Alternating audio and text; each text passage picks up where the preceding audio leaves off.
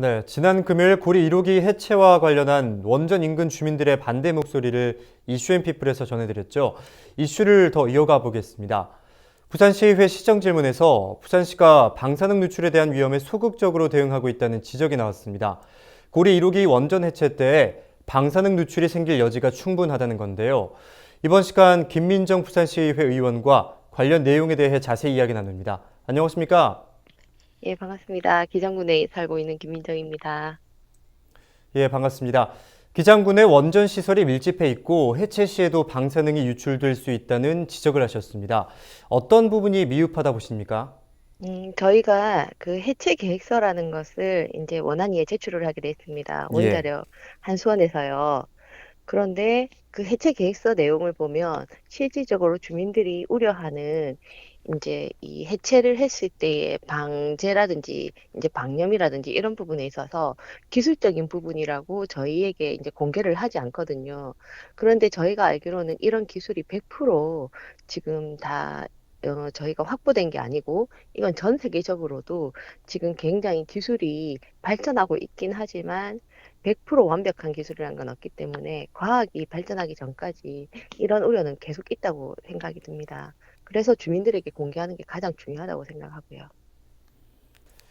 네, 방제나 방염 등 기술적인 부분이 완벽하지 않다 이렇게 말씀을 해주셨는데요. 오는 2026년에는 연구용 원자로가 운영이 되죠. 이 원자로도 문제가 생길 수 있다고요? 대전에 비해서 지금 여기는 새로운 기술로 도입되는 연구용 원자로인데 예. 이제 19.5% 정도의 우라늄을 농축시킨 이제 판형으로 쓰게 되고 실제로 여기서 나오는 그 폐기물이라든지 그런 부분에 있어서는 우려가 굉장히 큰데 어, 지금 대전에 있는 연구원에서 운영을 하게 되거든요. 그랬을 때 과연 이 안전에 대한 시스템이라든지 혹은 대피 매뉴얼이라든지 그 외에 주민들에게 공개할 수 있는 정보가 한정돼 있고 의료용으로 사용을 한다고 하지만 운영되는 거는 그 발전소 한 기랑 똑같다고 생각이 들거든요. 예. 그렇다고 한다면 거기에 대한 대비가 돼야 되는데 대비책은 나오지 않고 새로운 기술이라고 그리고 의료용을 위해서 부산에 그리고 고리에 그 발전소 옆에 설치가 돼야 된다고 얘기하는 게 당위성이 저는 떨어진다고 생각합니다. 예, 그렇다면 혹시라도 발생할지 모를 방사능 물질 누출 사고에 대비해서 어떤 준비가 선행돼야 하며 또 특히 부산시가 어떤 부분에 더 관심을 둬야 한다고 보십니까? 네, 연구용 원자로도 그렇고 해체센터도 그렇고 가장 중요한 것은 그 안전에 대한 주민들에게 공개가 돼야 된다고 생각을 합니다. 네. 방사능이 언제 어느 때에 발생할지 모르기 때문에 그런 부분에 대해서 공개되는 시스템이 우선 마련돼야 되고요. 그리고 주민들이 안심이 되어야지만이 그런 과학 기술이라든지 그 다음 단계가 저는 넘어갈 수 있다고 생각을 하고 부산시 같은 경우에는 그런 부분에 있어서 좀 더 강력하게 시민들의 안전을 요구할 필요가 있다고 생각합니다. 왜냐하면 사고가 났을 때 가장 일차적으로 대응을 할 수 있는 데가 부산시인데 실제적으로 부산시가 가진 권한이 하나도 없습니다.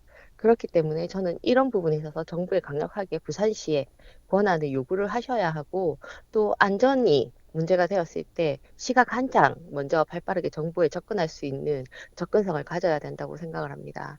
그리고 가장 중요한 건 산자부하고 원안이가 위험한 세계에서 가장 원전이 밀집된 부산에 이런 발전소를 두면서 정작 부산시에 그런 정보가 제대로 교류되지 못하고 접근성이 떨어지는 거에 대한 우려가 크고요. 우선 저는 10km 정도에 있는데 저희 아이들이 안전하게 있다는 것을 안심하고 해주려면 정보 공개가 가장 우선이고 그거를 가장 먼저 감시할 수 있는 시스템이 부산에 만들어져야 된다고 생각을 합니다. 아무래도 부산 시민의 안전과 직결되는 문제이기 때문에 지속적인 관심과 또 감시가 필요할 것 같습니다. 오늘 도움 말씀 고맙습니다. 네, 감사합니다. 네, 지금까지 김민정 의원과 함께 이야기 나눴습니다.